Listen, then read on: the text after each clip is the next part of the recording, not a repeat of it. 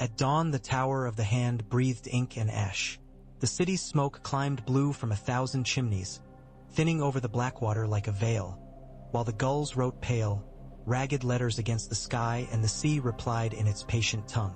Tywin Lannister sat beneath a window slit that framed the strait as a narrow blade and pressed his seal into cooling wax. Each letter went where it must, to Horn Hill with its hard lord and stricter son, to Old Town's granary wardens, to the Arbor's great-bellied fleet, to Casterly Rock, that stubborn mountain he had shaped and that shaped him in return. He spared the view no more than a glance. Water, smoke, a city's waking, those were backlots. What mattered fit into the width of a sentence or the narrowness of a sigil. Order is not a prayer, his father had once told him with the tenderness of a beggar. It is a hope. Tywin had spent a life killing that hope and replacing it with weight. Weight made men step carefully. He sat upright without stiffness. No one who valued breathing entered without invitation. The door outside stood under the eyes of household guard who owed their lives to him and knew it. He preferred quiet. Even his scribe, a sandy-haired boy with a good hand and a poor stammer, learned to breathe through his nose. The second raven arrived with salt still in its feathers. The black rod of the perch trembled as the bird tore into the wet mash, and Maester Woolmer, thin as a quill, eyes a good slate color for a man who had to read other men, offered the cylinder in a calm hand. "From Driftmark, my lord," the maester said. "Lord Valerion's men, or what is left of them, claim to have seen."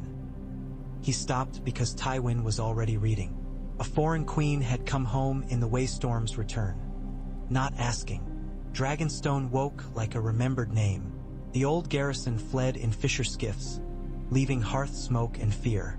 3 great shadows had crossed the water at dusk and returned at dawn. The words tried to keep the distance of report, but fear writes closer. In the margin a hand, perhaps the messengers, had scrawled 2 words. Fire flew. Tywin turned the parchment until the wax caught new light.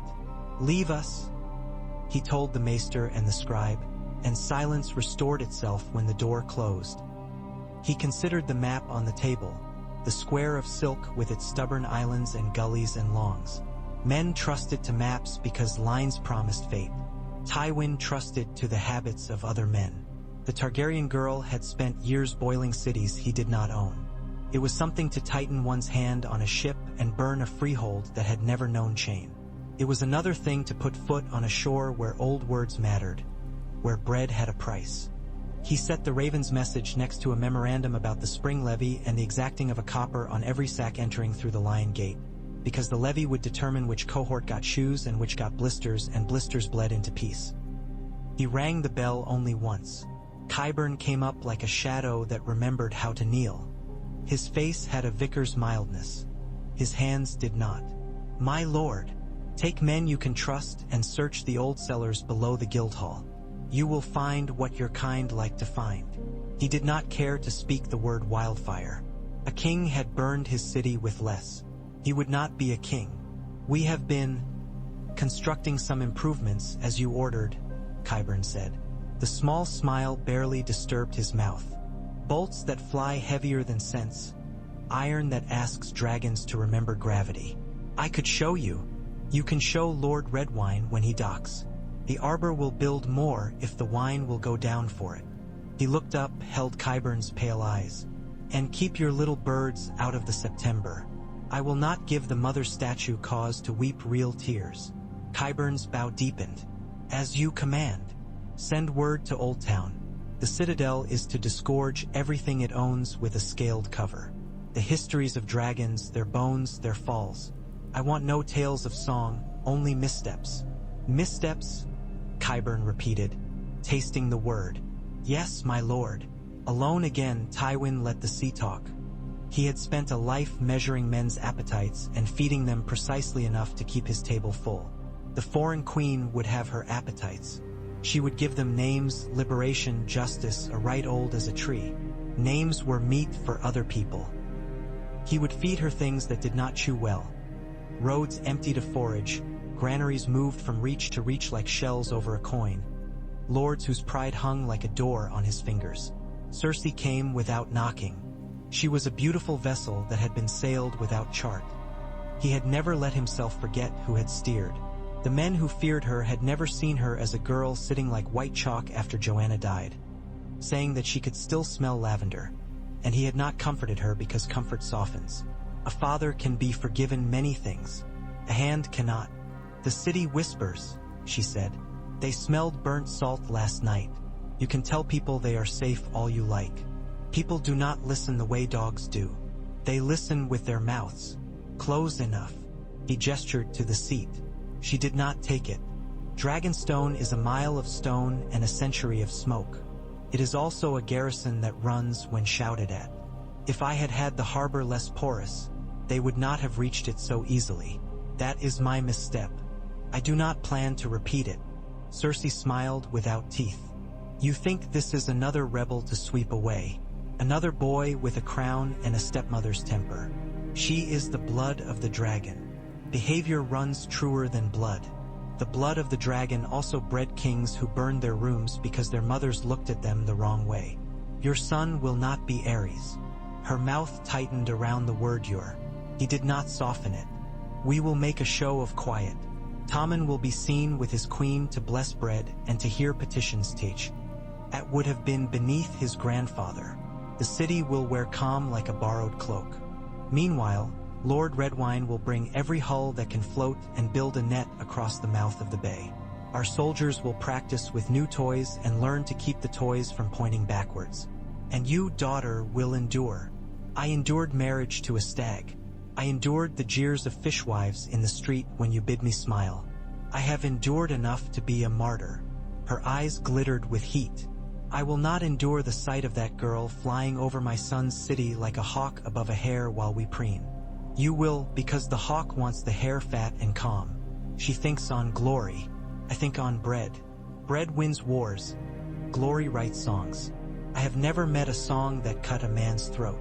Cersei's laugh was a sudden blade. You will never meet the right song. Marjorie will keep the boy where he belongs. The Tyrells want to be loved. We will use that hunger until they feel fed. I will write to Olenna today. She despises me enough to listen to me. She despises everyone, Cersei said sourly. And yet she has the gift of making her hatred useful. He tapped the raven's message with 2 fingers. Tell the kitchens to buy fish while it is cheap. The price will jump when fear takes hold and men's mouths dry. I do not hold the purse, she said, skating close to a grievance she loved. You hold the king's hand. Tywin let his eyes rest on her. Stop pulling at it. When she left, she carried the room's heat with her. Tywin sealed the letter to the Queen of Thorns in his second-best wax. He would not flatter her with the lion crowned. She had more vanity than patience. He wrote with scrupulous bluntness. He pointed out the Reach's grain and King's Landing's mouths and how much quieter a throne is when it is not rocking. He did not ask. He told her how the war would look if she remained as she was. A thing that stayed home and counted its wheat. By noon, the solar smelled of tallow and warmed vellum. Mace Tyrell arrived in a wash of fabric and apologies for interrupting something important. Tywin gave him something important to carry away. Instructions that translated to the Redwine fleet turning its beamy heads toward the Blackwater and the levy in the Reach stepping quietly onto the road that led to the Mander, and across it to the Rose Road. Mothers are worried, Mace murmured, picking at the ribbon on his cuff. They always worry. Find me a mother who doesn't and I'll find you a hen that drinks wine. We will choke the harbor. Your ships are good for that. We will not meet dragons on their terms. We will teach them to meet ours. Tywin did not explain the scorpions until he had to. Lord Randall has a talent for forming stubborn lines at short notice. Tell him he is to break 2,000 men into 10 spear hedgehogs.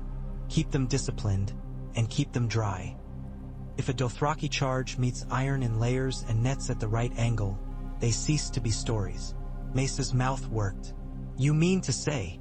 I mean to say that the foreign queen will throw horse and heat where discipline would serve her better. If we buy time, time will pay us back. The dragons will eat meat. They will fall ill.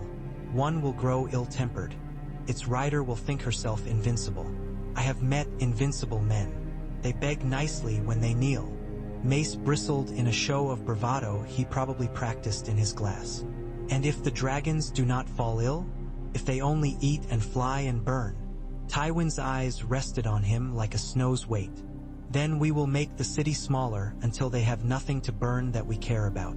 But you will not stop bringing me ships. When the Tyrells were gone, the Tower of the Hand was quiet again. A quiet that had weight and the faint taste of old iron. At dusk a gull perched on the windowsill, one leg tucked high, and looked at him as if it had questions about policy.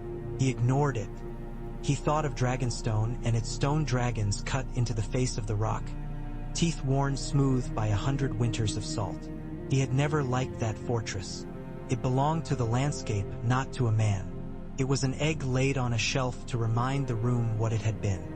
The first true word about the foreign queen's court came with the sailor who had left 2 fingers in a Myronese alley and a friend in a shallow grave. He had been paid to tell a story and paid again to tell it to Tywin, which made it heavier by half. He spoke of an army that did not break when charged, a line of eunuchs who stood like the seawall at the mouth of a canal and cut men lower than they had expected to be cut. He spoke of a girl whose hair held sunlight and a man with mismatched eyes who laughed only once and then stopped laughing for a year. He spoke the name Tyrion with the twitch that belongs to men who have learned the habit of not saying a name. Tywin listened without blinking. When the sailor left, he walked to the fire, rested an arm on the mantel. The carved lion under his hand had been sanded smooth by gloves.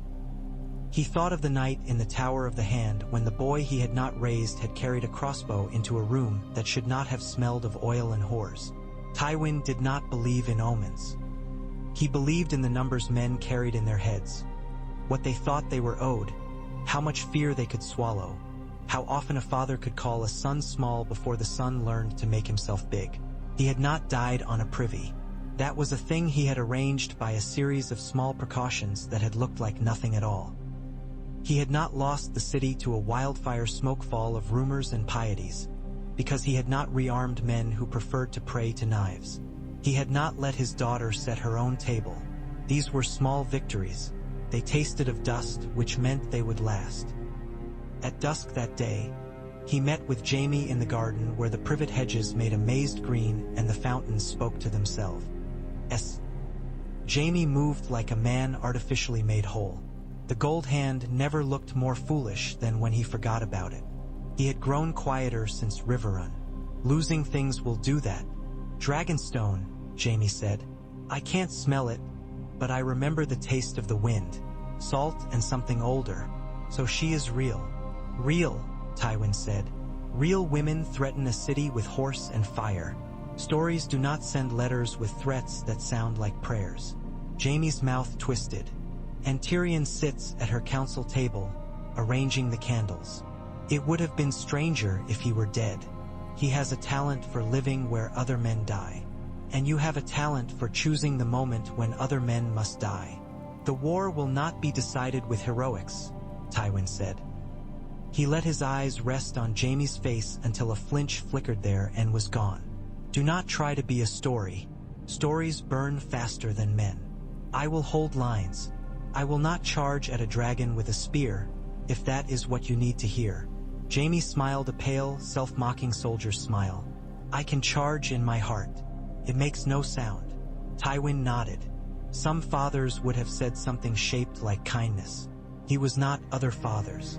Kindness is only a word unless it is followed by a sack of grain and the word enough. Letters went out.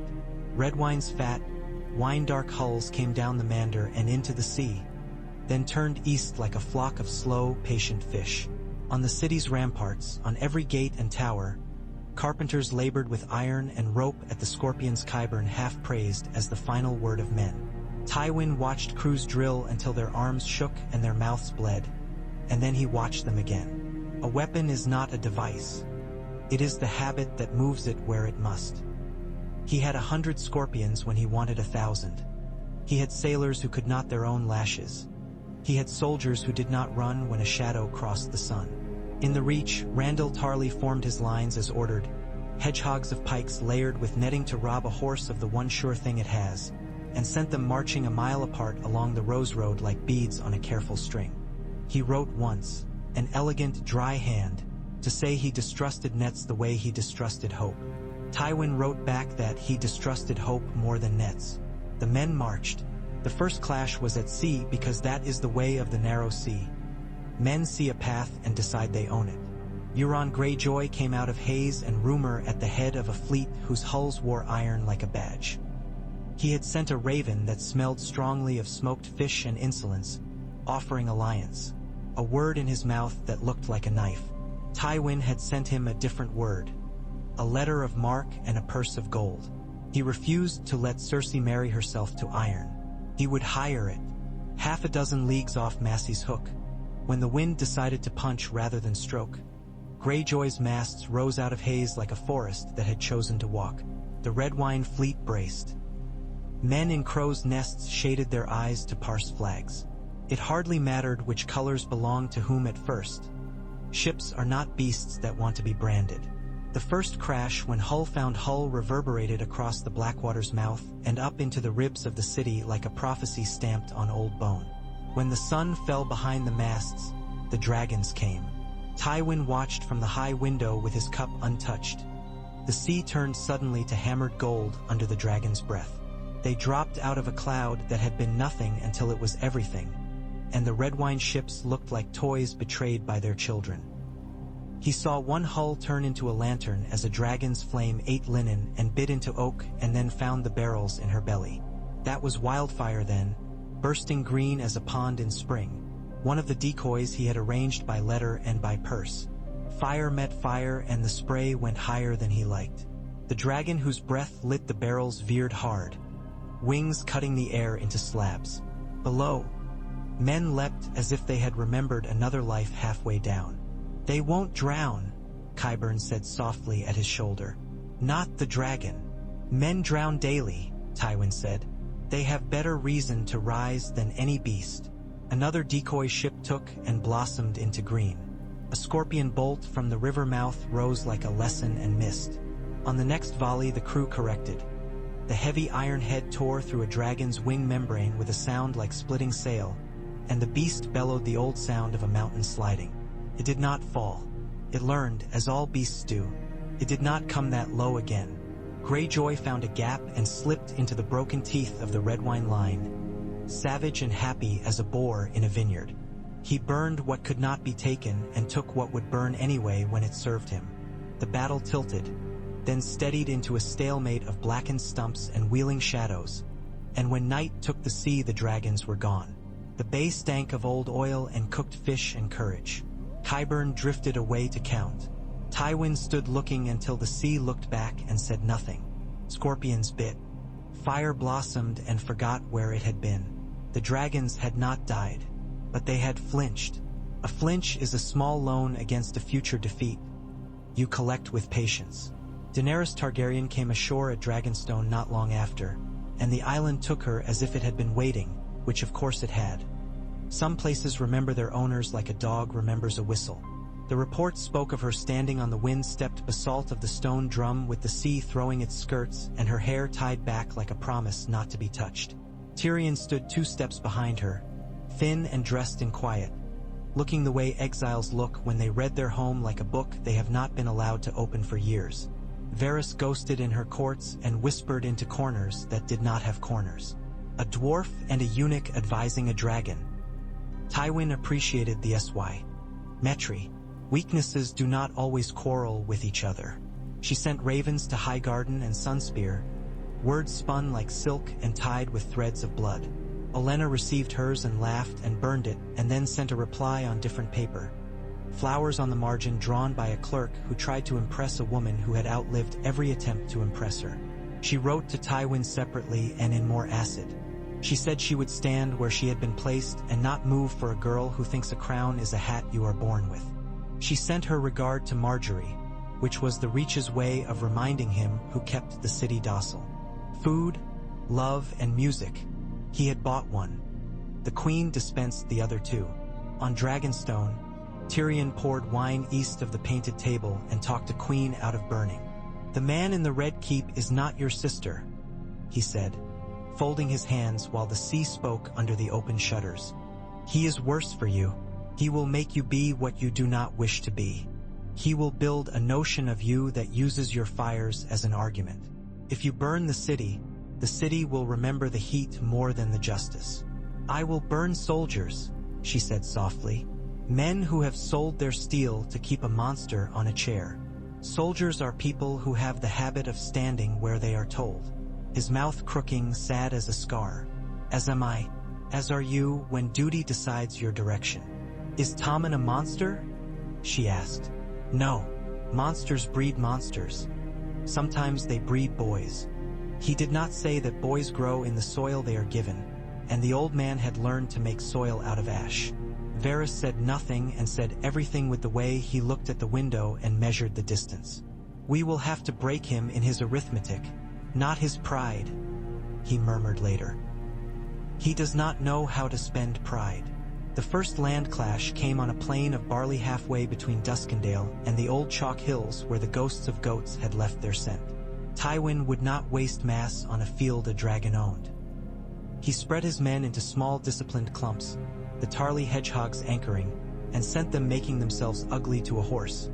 Stakes rooted, nets hung low like lies, shields angled to catch glancing blows. The Dothraki came anyway, because men do not forget the habits that made them legends.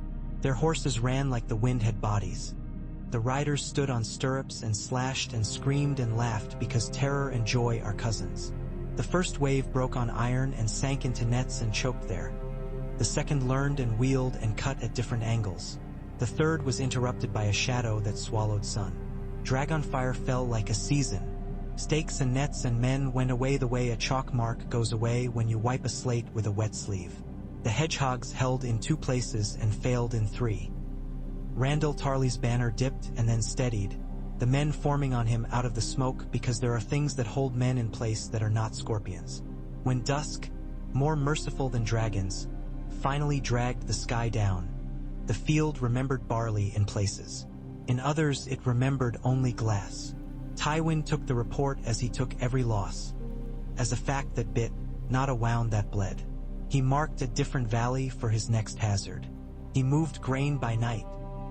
He bought up every barrel that would float, filled some with wildfire, some with the rumor of it, and set them adrift where a dragon would expect one thing and find another. He withdrew from the outer counties and made the city smaller and heavier, like a tortoise pulling into its shell and then strapping iron to the outside of the shell. He met Olenna in a garden with walls too high and a drain too cunning for a passerby to overhear what was not spoken. She looked at him over a tray of sugared fruits as if he were a dish she was considering declining. You do not send me flowers, she said. You send me mathematics. You complain as if I had sent you poetry. I complain because my granddaughter's hands will be full of bread if she is to keep that boy a king, if she is to keep him loved.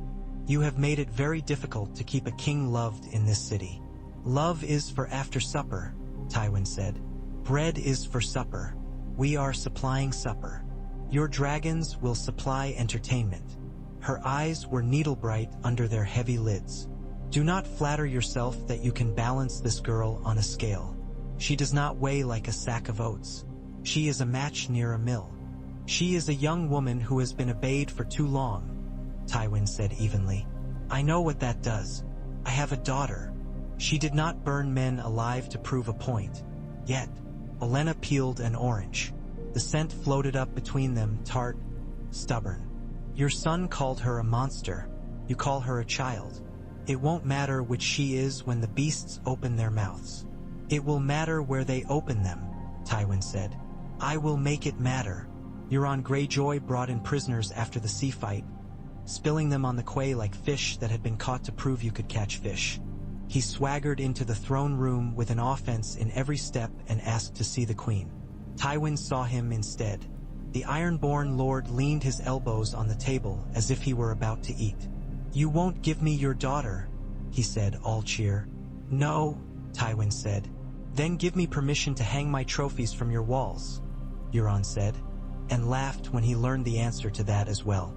Your city is a cage. We will see how well you bait it. When the dragon comes to nose your bars, we may learn something about iron. We will, Tywin said. We will learn whether you value gold more than tails." He slid the purse across the table. Greyjoy's hand fell on it as if it had been placed there by God, and the smile in the Ironborn's eyes said that he would spend it to teach someone else a lesson. Men who like knives do not often kill themselves with them. Too much time spent practicing on other throats. Tyrion slipped into the city once in those weeks after the barley turned into glass and before the winter sharpened. Tywin had expected it, because he expected his own blood to make the most trouble when trouble was most undesired. He did not call for guards when the dwarf stood in the doorway of the map room like a bad conscience dressed as a memory. He did not keep his hand near a bell rope. He watched his son measure the space between them like a clerk measuring a margin, and he knew the number would please no one. "You didn't die," Tyrion said. His voice was as rough as sand because he had used it too often on winds that did not carry words well. "I make a habit of it." Tywin folded one sheet with a city scribe's care. "If you came to try again, I suggest better timing. I am writing to bakers." Tyrion's mouth twitched. "Yes, all the great wars are fought in bread ovens. All the great wars are won there." Tywin looked at him. "You sit at a queen's council and teach her manners. What manners have you learned, son?" "Not the ones you would like," Tyrion said softly. "I have learned what a free man looks like when he remembers he was born free. I have learned that slaves who are given a blade will look back at their chains and wonder how they mistook them for bracelets. I have learned that burning people is a poor way to make friends, but a very good way to make worshippers." "And which would you rather command?" "Friends," Tyrion said. After a small chuff of laughter he could not help. "But I have learned that worshippers do not desert so quickly." He stepped closer. "She will not be gentle, not the way you want your dangers to be gentle. But she can be guided away from foolishness if you do not hand her fools to knock down. You are asking me to surrender my army and my city to a girl with dragons because she will be more merciful if I let her win easily." Tywin did not raise his voice. "I am not a man given to superstition, but I distrust any plan that begins by ringing bells she has not earned. I am asking you," Tyrion said, "to remember that you live in a world where the dead walk and wind freezes men where they stand. I am asking you to think about which fire you would rather be warmed by." Tywin watched him a long moment. "You were a better hand when you did not know it. You emptied the city's privies before a battle because you had the sense to know what would overflow. Now you want to play with kings and queens because you found a table the right height for you. The dead walk. You and I are sensible men. Let us make a sensible arrangement. You will not like mine, and I will not like yours. Then we will make one neither of us likes and calls wise." That was how the dragon pit came to be swept and aired. It had been a place for bones and bats and children who wanted to be told stories about fires they had never seen. Tywin had it cleaned because he wanted the city to remember it was a place where old things had been kept and died. He ringed the dome with scorpions and hid nets under ugly tarps, and Qyburn salted every seam with what a safe man keeps ready when he plans to trust. The white that arrived from the north stank even in winter. Men with swords who did not flinch at blood flinched at the sound it made when it tried to breathe. They came, Daenerys Targaryen in hard leather and softer furs, her hair braided in the way of victories. Jon Snow, with a name and a silence pressed into him like a prayer. Varys floating between them, a man made of careful expressions. Tyrion with a look in his eyes like a child approaching a house that might be empty. Cersei in pearls and a stillness she wore the way some women wear perfume. Tommen sat quiet, Marjorie's hand tucked into his, strength and warmth passing along a narrow bridge. When the white snarled and threw itself against the chain and half of the court tried to remember how to run, the dead did not become more real to Tywin. Reality had never been his problem. He watched the way the foreign queen flinched and then stood more straight. He watched the way the bastard king did not flinch and did not stand straighter. He watched his daughter's eyes go flat and small, as if she had discovered a new enemy and loved it before she had learned its name. "Enough," Tywin said after the swords went back.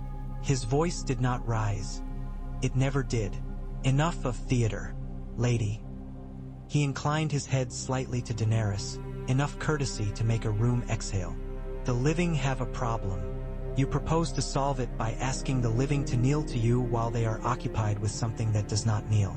I propose we pretend to be rational creatures. Her eyes were brighter than a fire that had recently been fed. You propose, Lord Hand? You will leave this city unburnt, and march north with your horse and your foot, and kill dead things. You will restrain your dragons and the men who love their breath too much. I will send bread and iron and men, and we will hold the neck and the roads while you fight. When winter's teeth have been dulled by your labor, we will meet again. Your claim will be heard by a council of lords who have not been burned or bribed into attendance, and I will argue against it with the passion I reserve for arguments worth having. If you win, you will find a city that has not become ash in your absence. If you lose, I will have my numbers back. Tyrion looked at him with that sideways admiration a son reserves for a father who is undeniably what he is. Daenerys glanced at Jon Snow, and the look between them was a kind of weight. Cersei opened her mouth, and Tywin did not let her speak. He did not say no. He simply shook his head once. In that court, in that room, in that winter light, even Cersei understood what that meant and did not test it. She smiled instead, the kind of smile that contains arsenic. "We will not be friends," Daenerys said. Her voice had another country in, like a wind from over water. "But we will be allies for a season." "A season is longer than most marriages," Tywin said. "Ask my daughter." Winter wore the roads thin and dark.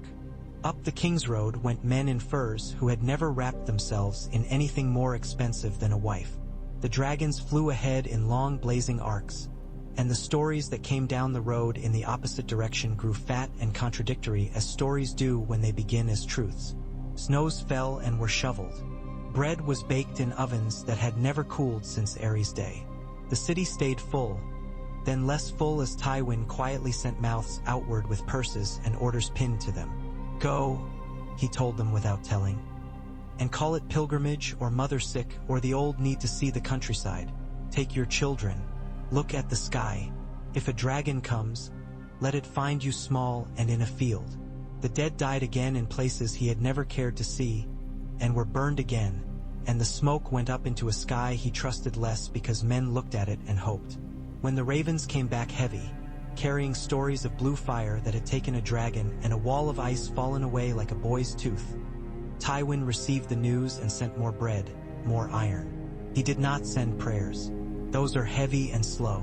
In the end, the north lived again, though thinner. Dragons came back thinner too. Men in the city began to breathe as if they had remembered how. The foreign queen did not burn them as she might have. Perhaps she had learned the habit of being obeyed by men who had no reason to obey her. Perhaps Tyrion had done his work. Perhaps the dead had taught humility more efficiently than any father ever could. The army came back to Dragonstone with the tatters of spring at its edges. Tywin made his city harder in those months.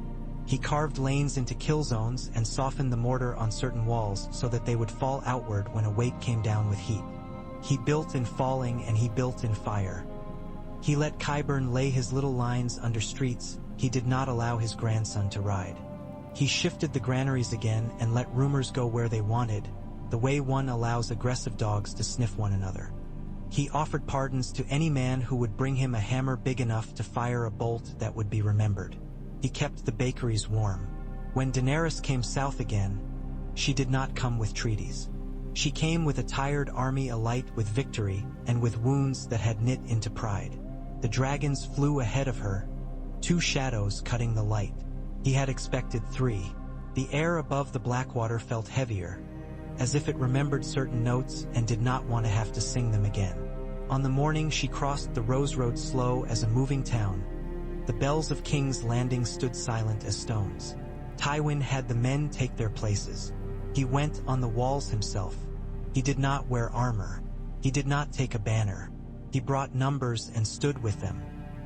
Her army settled into its ring cautious and sure, as if it discovered itself still strong with each stake it drove into the ground. Tyrion was with her. She let him ride ahead with a white scarf on a pole, absurd as a knightly gesture and correct as a signal.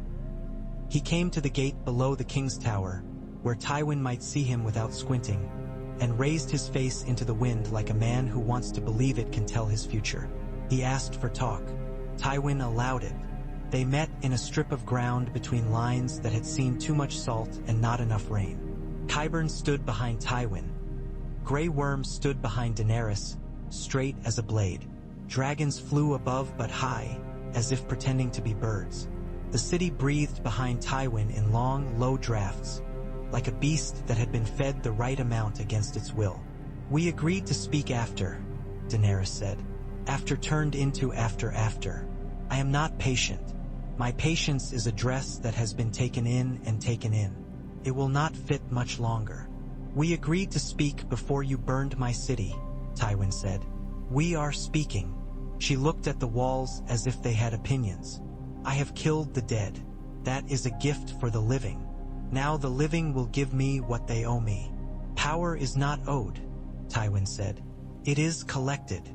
"From whom?" "From the people who most fear disorder and will pay any coin to have it tamed. That includes you." She laughed. It was unexpectedly clean and did not flatter her. "You would sell me the crown and call it a bargain?"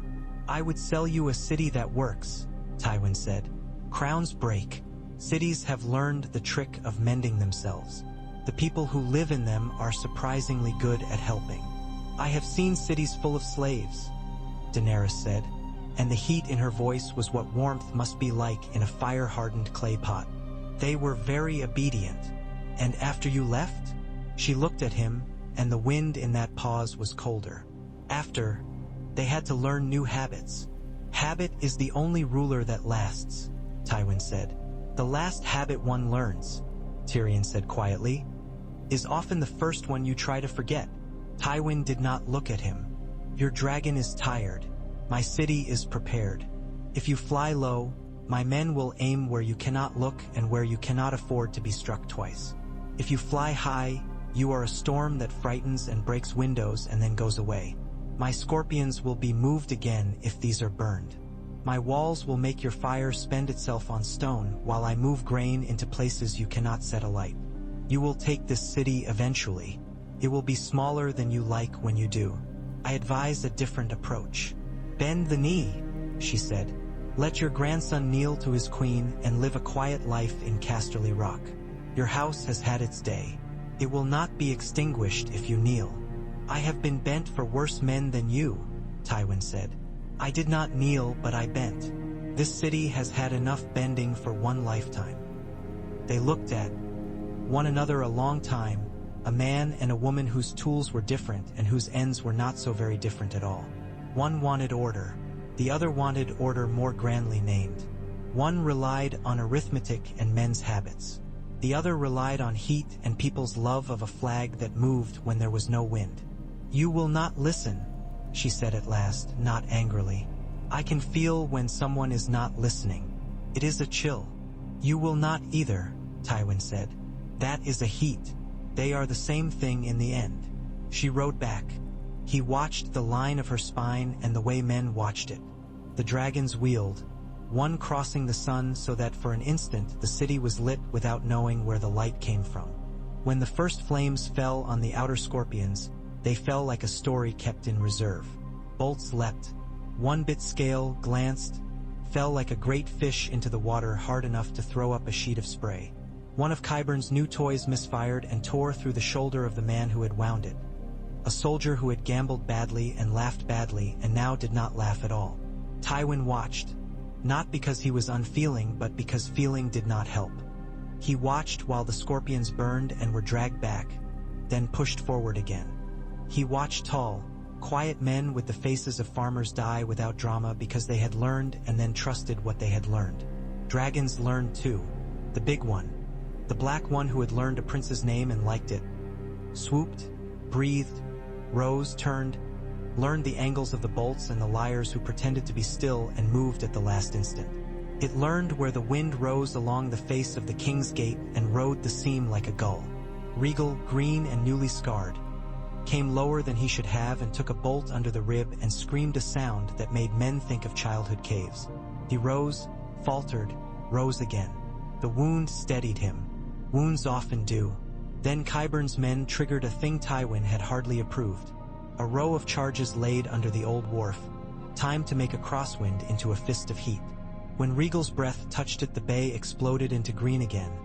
Not in blossoms this time, but in a slab that cut upward and hammered the dragon's chest.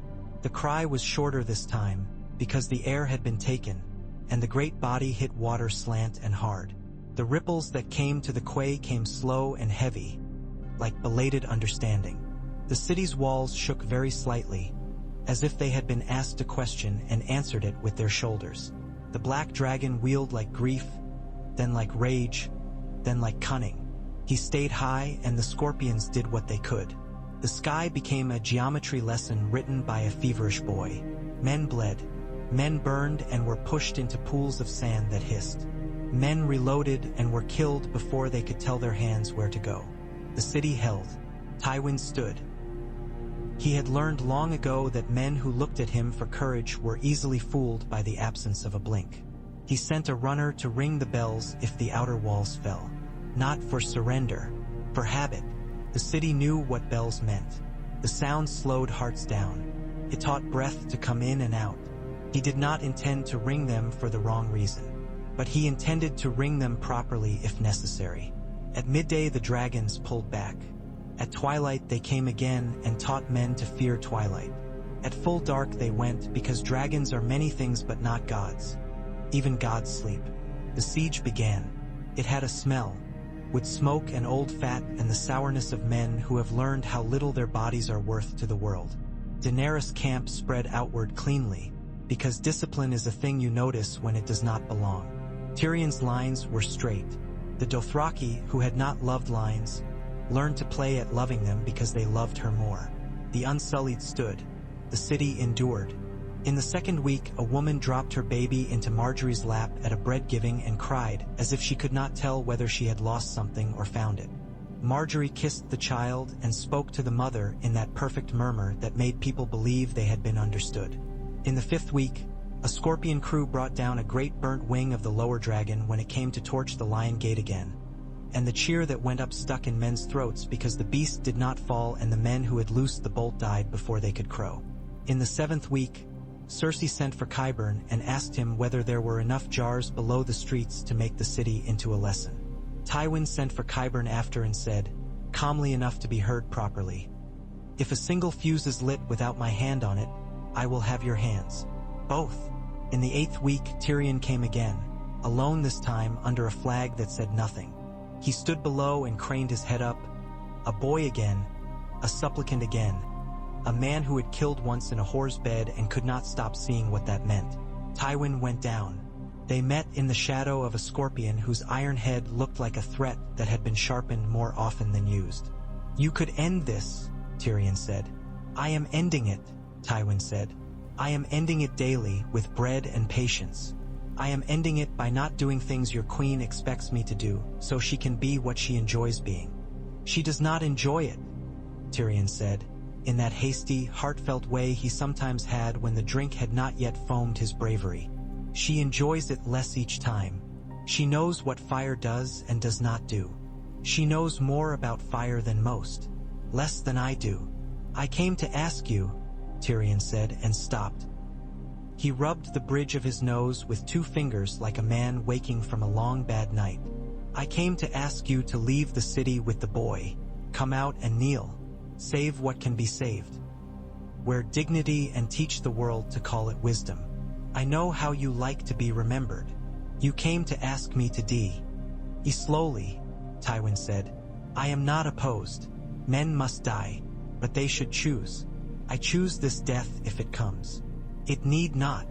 Your queen will not take a surrender that looks like a victory for me," Tywin said. "She will take a surrender that looks like her victory. The city will not bear it well. The city will bear it because cities bear things, but it will not bear well. There is a difference. I am not a poet, but even I can see this. I do not pay attention to differences without weight. This one is heavy." Tyrion swallowed something. It might have been a word. "Then we will burn your memory. We will call you butcher and coward and madman. We will make you small. A small man is not always wrong." Tywin allowed himself a breath that was almost a laugh. "Ask yourself, Tyrion flinched and bowed and went.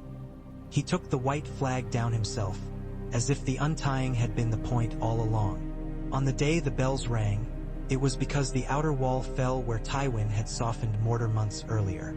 He had planned for it and also disliked the way plans feel when they happen.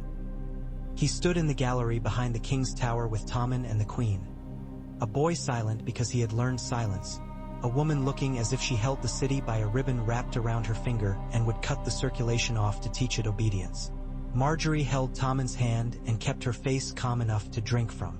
Somewhere down in the city a baker tripped and his loaves fell, and later he would tell this part of the story as if it had mattered to the outcome. The bells said the city had surrendered, and for once Tywin wanted words to do more than they could.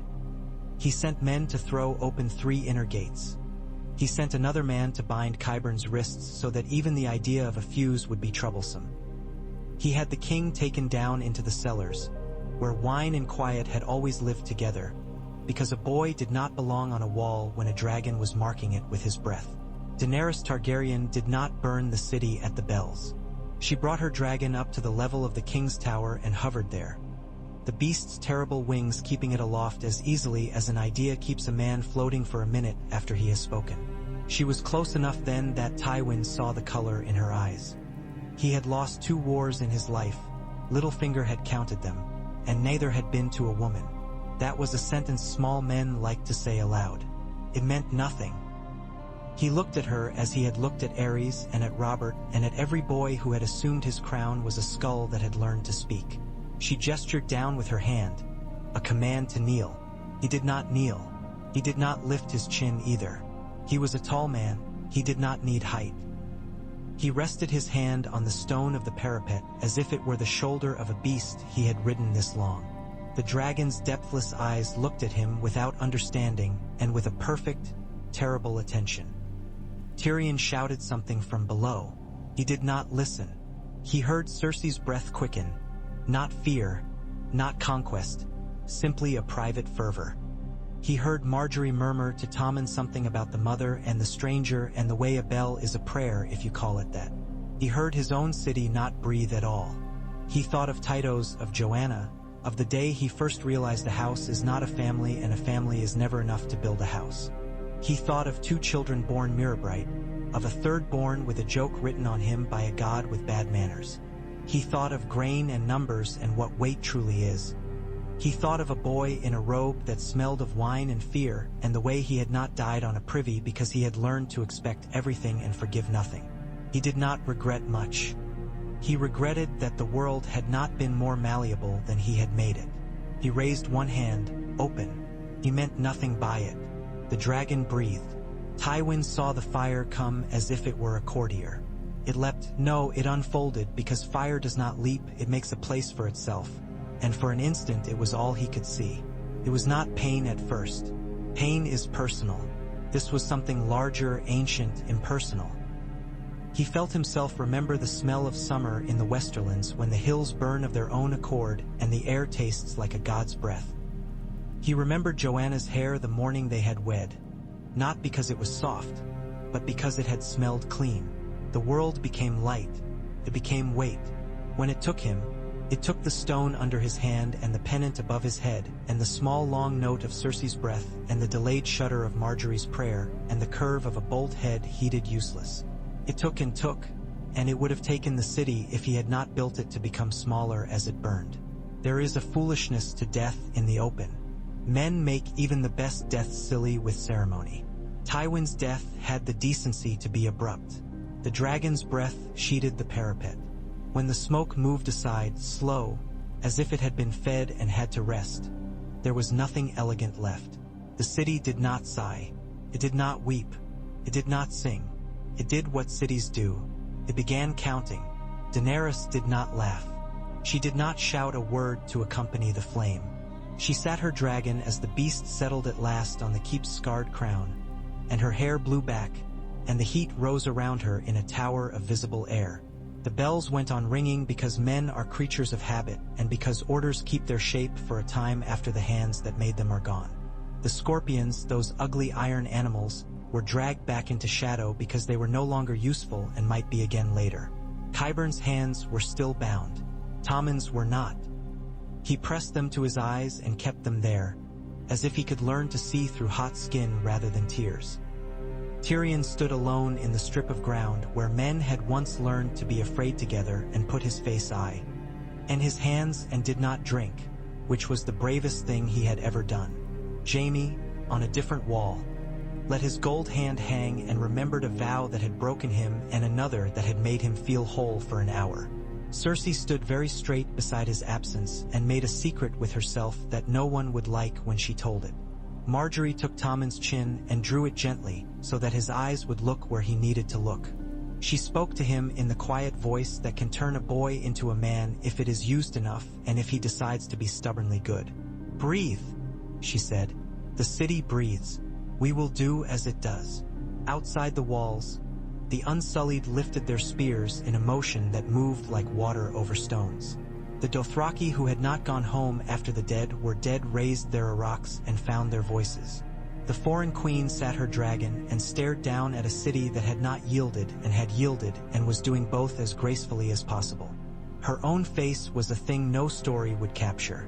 It had pride in it and relief and the new and unsettling knowledge of how much her victory had cost her. She had wanted to be a queen in the way a fire wants to be a hearth. She was learning what chimneys are for. The days that followed knife-bladed into one another. Men took orders from men they had feared an hour earlier and learned to fear different men. The Red Keep, scorched but not gutted, hosted parleys in rooms that smelled of smoke and lemon oil. Charred stone keeps no memory of who warmed it last. A council was called not long after the fires died down. Not a great council, because the name would have angered useful people, but a council sufficiently large to satisfy anyone with a title and sufficiently small to satisfy no one. Tyrion spoke more than he pleased. Varys hardly spoke at all and was more listened to for it. Marjorie spoke enough to be remembered fondly. Tommen, young and gray-faced with shock, stood before the queen who had burned his grandfather and did what children must do when they find themselves in history's path. He bowed without kneeling. It was neither defiance nor surrender. It was recognition. Daenerys hesitated and then inclined her head in return because she had learned something other than victory. She offered terms that a city could live with and that a house could survive, if not celebrate. The rock would be retained but less rich. The crown would be hers but heavy with obligations. Bread would stay cheap. The city would keep its bells for better reasons. Cersei watched from the shadow of a pillar and rewrote the world in her mind in ink that only she could read. Jaime found her later in the room with the window that had seen too much. "He died well," he said, "because he believed in certain courtesies even when they hurt." "He died as he lived," she said, "because cruelty is a habit and habits do not forgive interruption." "Counting. And you?" he asked softly. "I will not be counted," she said. He looked at her long, and for a moment something that had sat curled around his heart for years uncurled and left. It did not go far. It never does. In Old Town, the Citadel scribes bent over their new task with a kind of happy despair. They wrote the careful truth and the careless truth and left spaces for additions they could not yet foresee. In Horn Hill, Randall Tarley taught his son to set a table with fewer knives. On the Arbor, Lord Redwine counted his losses and counted his casks and repeated to his wife that the sea would still be there tomorrow, which is the only prayer a sailor trusts. Across the sea, where the wind remembers blueberries and salt and the little broken music of goat bells, fishermen told their sons that there had been a day when a dragon fell into the water and the gush lifted their boats and they did not drown because a wave can be merciful even when men are not. In the slums below the September, a baker's wife taught her daughter to listen with care because sometimes bells mean you have to run and sometimes they mean you should sit and finish your bread. In the Red Keep, a queen sat quietly and learned the names of corridors that did not smoke. In the Tower of the Hand, no one slept because no one wanted to be the first to put out a candle in that room. Daenerys Targaryen stood one evening before the carved map of Westeros that some long-dead king had commissioned to teach himself humility and had probably not learned from. The room smelled of smoke still.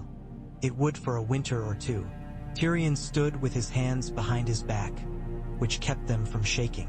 "You did what you had to," he said. He did not know if it was true. He knew it had the shape of truth. I did what I was, she said quietly. Then, no. Issues. We both know what choice looks like. He thought of a small man in a big chair who had once chosen to be brave because no one else knew how. He thought of a larger man in a smaller room who had chosen to die standing because kneeling would have made the city smaller and his house smaller and himself smaller and, worse, exactly large enough. We do, he said. She laid her hand flat on the map where the rock sat fat on the coast. Her fingers covered it entirely. He would have been a good hand to a better king, she said. He was a good hand to the king he had, Tyrion said, and to himself. Is that praise? Arithmetic, he said. She smiled, and it did not flatter her either. We will have to be better, she said. We will have to be lucky, he corrected. Better is for poems. Perhaps we can have both, she said, and for a moment he believed her in the way men believe spring in deep frost. Outside, the city went on. It washed its steps and took in its washing. Counted. It told the story of the day a dragon fell and a lion burned and did not fight over who had won because dinner was burning. In the rock, under the old carved lions, men and women counted their sacks and argued over copper. The dead were dead, which was the nicest thing that had happened to them for a while. The living learned new habits with the unwilling grace of people who have always learned new habits. In a dark niche near the stair down from the Tower of the Hand, a smear of soot refused to be scrubbed because it had attached itself to old stone and stories. Marjorie passed and touched the stone lightly with the same fingers that had comforted kings and beggars, and then she led Tommen into the light. Qyburn sat in a cold cell and watched his own hands with interest, imagining they belonged to someone else. Olenna sat in a garden and let bees instruct her in persistence. By the time the gulls wrote their letters again over the Blackwater, the city had already learned how to read them differently. They said what gulls always say: fish, salt, wind. Men made a history out of it. The bells were quieter. Dragons slept, and when they woke carefully. The boy kings grew older. The old queens learned that even they had to make room for other days. The lions on the rock learned to lie in a sun that had not been theirs to command. And sometimes, when the wind came from the west and the sea threw its skirts high and the smell of ash, old and clean, hung in the air like a memory that does not hurt anymore, a woman in black and red would climb to the top of a tower that had once been broken and look out across a city that had chosen to live. She did not count, not that anyone could see. She did not speak, because no one would have heard above the sound of water. But sometimes her hand would lift and hold out to the sky, open, empty, remembering a man who had once made the same gesture and learned, a heartbeat later, what it meant to be weight and lightness all at once.